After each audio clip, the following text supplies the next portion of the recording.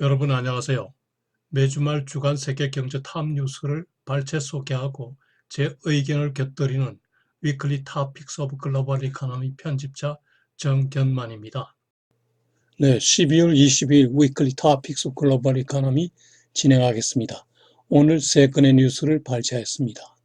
오늘의 토픽은 중국의 국가예안관리원 세이프가 기록 미비의 비정상 자본 유출이 급증함에 따라 자본 유출 차단 전쟁에 돌입하였다는 CNN 비즈니스 보도에 Money has been leaving China at the record rate.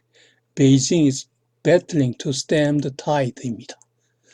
두 번째 뉴스는 트럼프 대통령이 2년 전 감세 정책 텍스 컷을 통해서 투자 확대, 고용 확대, 임금 상승, 빠른 경제 성장을 약속하였으나 2년이 지난 지금 그 어느 하나도 달성하지 못했다는 CNN 비즈니스 보도에 After 2 years, Trump's tax cuts have failed Americans입니다.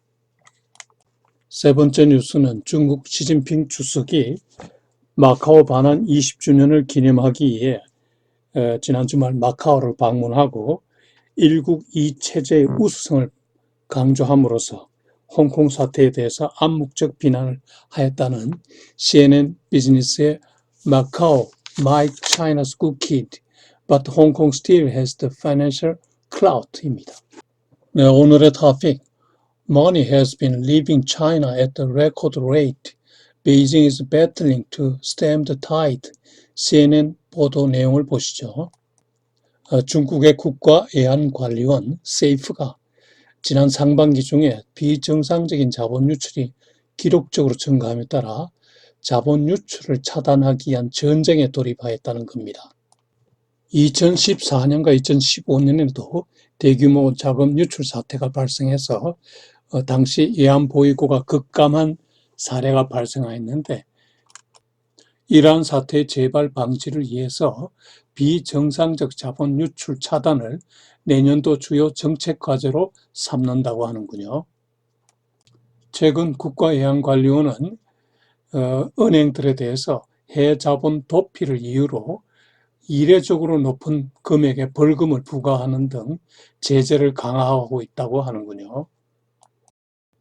자본 유출, 캐피탈 플라이트가 일어나는 근본적 요인은 말씀드리면 우선 국내 경제가 침체되어 펀더멘탈이 약해졌다는 점, 그리고 두 번째로 중국 인민은행의 이하나 약세를 용인한다는 점. 작년 무역전쟁 이래 미국 달러 대비 위엔화는 12% 가치가 절하되었습니다. 위안화 약세는 달러 선호를 가져오게 되어 추가 자본 유출 유혹이 생기고 이는 또 위안화가 추가 하락하는 그런 악순환 고리가 생기는 거죠. 세 번째 요인은 국내 경제 침체로 금리를 인하하고 또 완화적 통화 정책을 쓰게 됨으로써 위안화 가치가 하락할 수밖에 없다는 거죠. 상반기 중에 자본 유출 규모를 보면은 정부의 당국의 승인 등 정상적 채널을 통한 자본 유출은 740억 불에 불과하고 기록되지 않은 외환거래, 즉 환치기, 해외 투자 명목 등의 감춰진 자본 유출이 총 1,310억 불 규모로 훨씬 많군요. 중국은 2015년과 2016년에도 대규모 자본 유출을 경험하였는데 당시 2년간 GDP의 6%씩 자본이 유출돼서 총 1조 2,800억 불의 유출이 있었군요. 이로 인해서 당시 외환보유고가 8천억 불 이상 감소하였다고 하네요. 이런 선례에서 배운 교훈에 따라 중국 당국이 외환 유출 규제를 대폭 강화하고 있고 또 한편으로는 금융시장 개방 등 애화 유치 노력도 강화하였군요. 저는 중국의 인민은행이나 또는 외환당국이 통화정책, 외환관리 정책을 적절히 잘 구사한다는 느낌을 갖는데요. 20년 전에 한국은행에서 잘 배워갔기 때문이 아닌가 그 덕택이 아닌가 이런 생각을 갖습니다. 네, 오늘 두 번째 뉴스.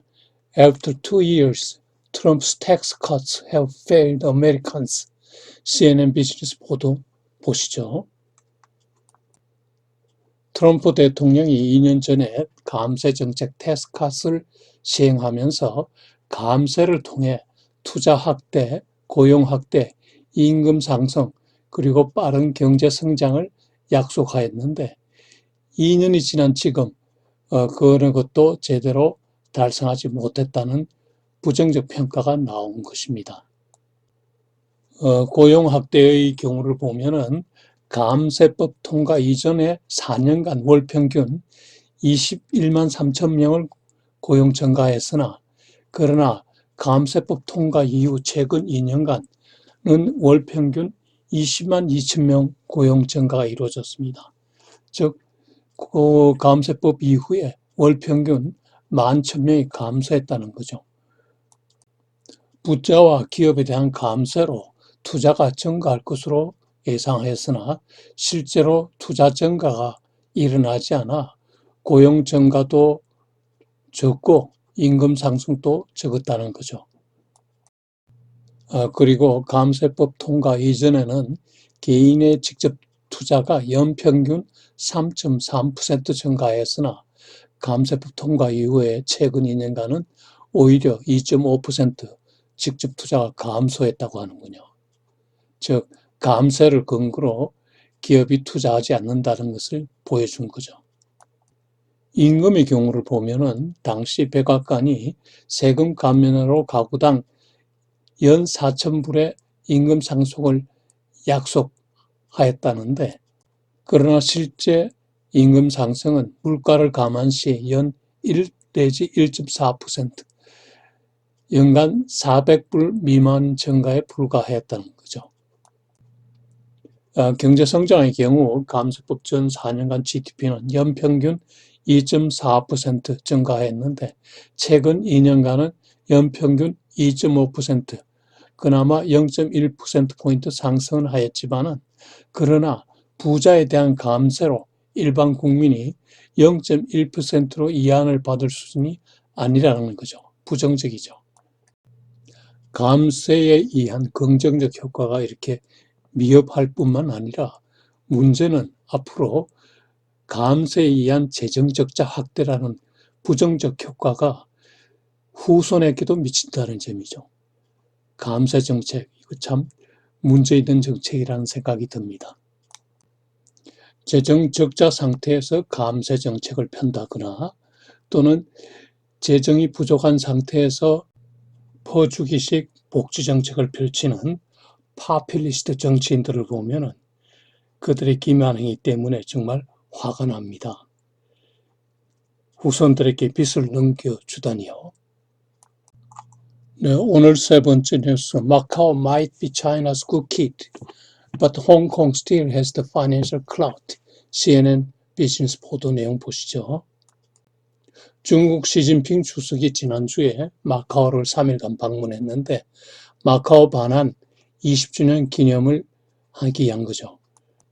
여기서 시 주석은 일국 이체제 One Country Two Systems 준수를 찬양하였는데 이는 홍콩 시위 사태에 대한 암묵적 비난을 표현한다고 하네요. 중국은 마카오를 현재 도박의 중심지에서 금융 중심지로 추진하고 있는데 홍콩을 대체해서 아시아 최고의 금융 허브로 만들어 보겠다는 계획이라는군요. 전문가들은 이는 불가능하거나 쉽지 않은 일이라고 단정하네요. 여기서 홍콩과 마카오를 한번 비교해보죠. 홍콩은 1997년 7월 1일자로 영국으로부터 이제 영토 반환이 이루어졌고, 마카오는 1999년에 포르투갈로부터 영토 반환이 이루어졌죠.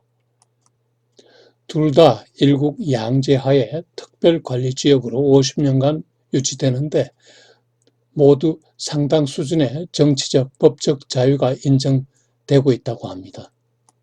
마카오의 인구는 70만 명이고 홍콩은 그 10배인 700만 명이고요. 주 산업을 보면은 마카오는 카지노, 이 GDP의 50%를 카지노 수입으로 생긴다고 하는군요. 홍콩은 금융이 위주고요.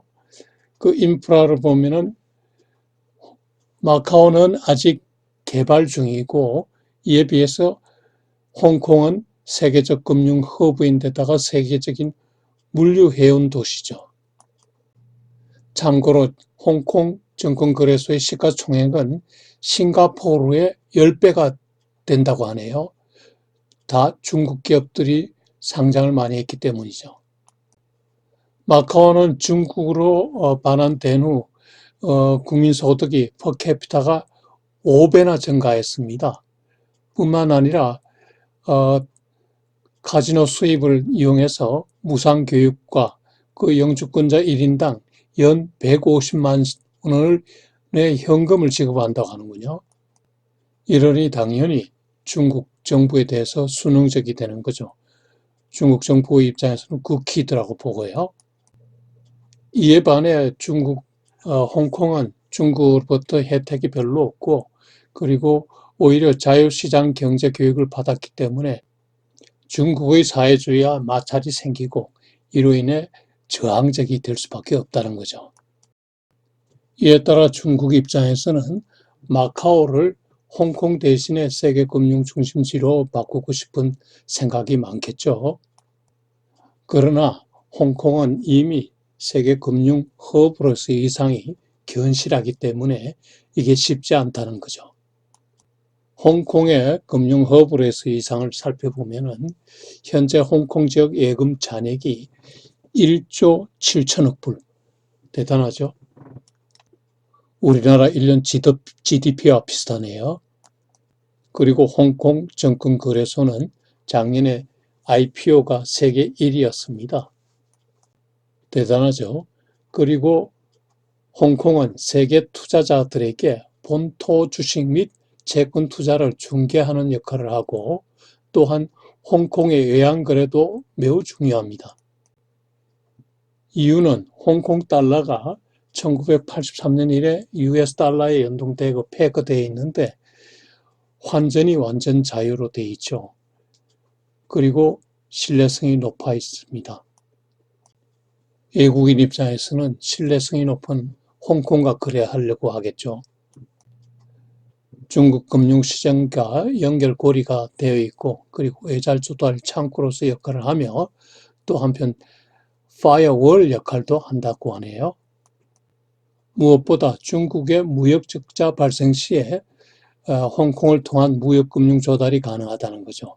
이게 중요한 이유는 현재 중국의 경상수지가 과거처럼 그렇게 큰 흑자가 나지 않고 거의 균형 수준에 들어와 있습니다. 따라서 이제 언제 트레이드 데피시트가 발생할 수 있고 이럴 때는 결국은 홍콩을 통한 금융 조달이 필요하다는 거죠.